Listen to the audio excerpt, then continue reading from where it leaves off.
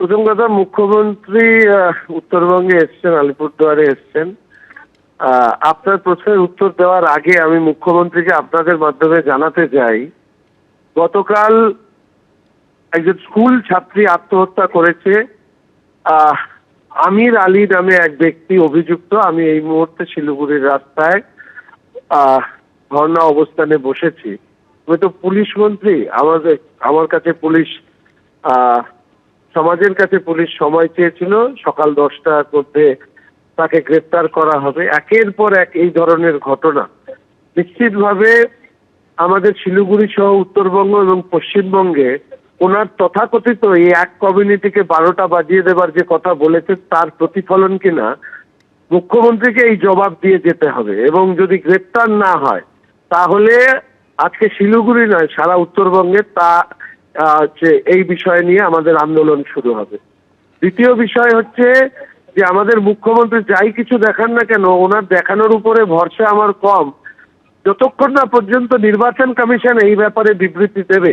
মুখ্যমন্ত্রীর দেওয়া তথ্য, উনি তো ফাইলও দেখিয়েছিলেন, রাকেশ রোশনকে চাঁদে পাঠিয়েছিলেন, সতীদাহ বিল পশ্চিমবঙ্গ বিধানসভায় পাশ করিয়েছিলেন।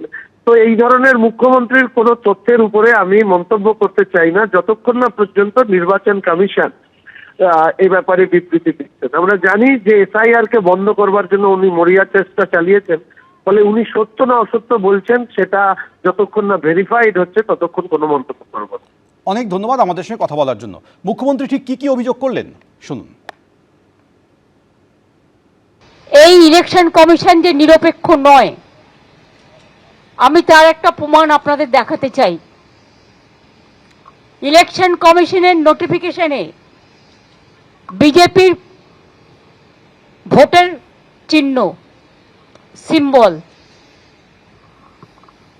নিশ্চয়ই আপনারা দেখতে পাচ্ছেন। এই দেখুন বিজেপির সিম্বল।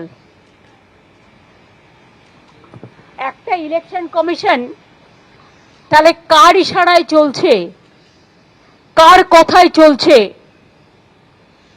নন্দীগ্রামের বিডিও চলে আসছে ভবানীপুরে, কারণ গদ্দারের নিজের লোক বলে 73 জন রিটার্নিং অফিসারকে কালকে চেঞ্জ করা হয়েছে।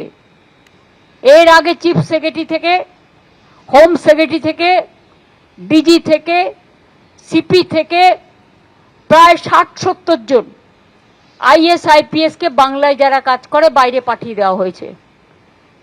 এবং কখনো কখনো বলে না ঠাকুর ঘরে কে, আমি তো কলা খাইনি। And now the cat is out of the bag. Election কমিশনের নোটিফিকেশনে বিজেপির চিহ্ন। তো ব্যাকডোর থেকে খেলছেন কেন? সামনাসামনি খেলুন, সবাই তো বুঝতে পারছে। বিজেপিকে নিশানা করে মমতা বন্দ্যোপাধ্যায় একথাও বলেন যে কেন্দ্রের একনায়কতন্ত্রের বিরুদ্ধে সবাই জোট বাঁধুন, গণতন্ত্রকে বাঁচাতে চক্রান্তের বিরুদ্ধে লড়তে সবাইকে একজোট হতে হবে। কে ডান কে বাম আমার দেখার দরকার নেই, মানুষের জন্য সবাই একজোট হন, এই আহ্বান করেছেন মুখ্যমন্ত্রী মমতা বন্দ্যোপাধ্যায়। মুখ্যমন্ত্রী আজকে বলেছেন যে কেন্দ্রের একনায়কতন্ত্রের বিরুদ্ধে সবাইকে একজোট হতে হবে, কে ডান কে বাম আমার দেখার দরকার নেই। বামেরা তো নাকি অপ্রাসঙ্গিক, শূন্য। উনি তো বলেই এসেছিলেন যে লাল ঝান্ডা যেন কোথাও দেখা না যায়। তো হঠাৎ আবার বামের কথা মনে পড়ছে কেন আমি জানি না। বাম বড় প্রাসঙ্গিক, এটা উনি বুঝতে পারছেন। কারণ যেভাবে আমাদের দেশে সরকার কেন্দ্রের অথবা রাজ্যের একনায়কতন্ত্রের মনোভাবে চলছে, কেন্দ্রের একনায়কতন্ত্রের বিরুদ্ধেও যেমন আমরা, রাজ্যতেও তেমন দুর্নীতি এবং নানান রকমের অসভ্যতা তার বিরুদ্ধেও আমরা। কেন্দ্রে যেভাবে চলছে এটা কখনো মেনে নেওয়া যায় না। কিন্তু মুখ্যমন্ত্রী বারে বারে তার বাহিনীকে কেন্দ্রের কাছে পাঠিয়ে অথবা বিজেপিতে পাঠিয়ে কেন সাহায্য করেছেন আমি বলতে পারবো না। আর বিজেপিওয়ালারাও যে কোনো কারণেই হোক মমতা ব্যানার্জিকে রক্ষা করার মতন করে নানান সময় চলছে, এটা ওদের ব্যাপার। কিন্তু আমরা তৃণমূল বিজেপি দুইয়ের বিরুদ্ধেই ঐক্যমত্যভাবে মানুষকে সঙ্গে নিয়ে চলতে চাই। কেন্দ্রের একনায়কত্বের বিরুদ্ধে যেমন, তেমন রাজ্যের দুর্নীতি এবং অসভ্যতা তার বিরুদ্ধে মানুষকে রক্ষা করার লড়াইতেই আমরা আছি। আমি শুধু জ্যোতিবাবুর কথাটা মনে করিয়ে দিই, ওনার 3টে কথা। এক, বিজেপি অসভ্য বর্বরের দল, উনি কোনোদিন বলতে পারেননি, জ্যোতিবাবু বলেছিলেন। 2, মমতার সবচেয়ে বড় অপরাধ ও খাল কেটে কুমির আনার মতন করে বিজেপিকে পশ্চিমবাংলায় নিয়ে এসেছে। উনি বুঝতে পারবেন না সারা জীবনে যে বাংলার কি সর্বনাশটা মমতা ব্যানার্জি করেছেন বিজেপিকে সঙ্গে এনে।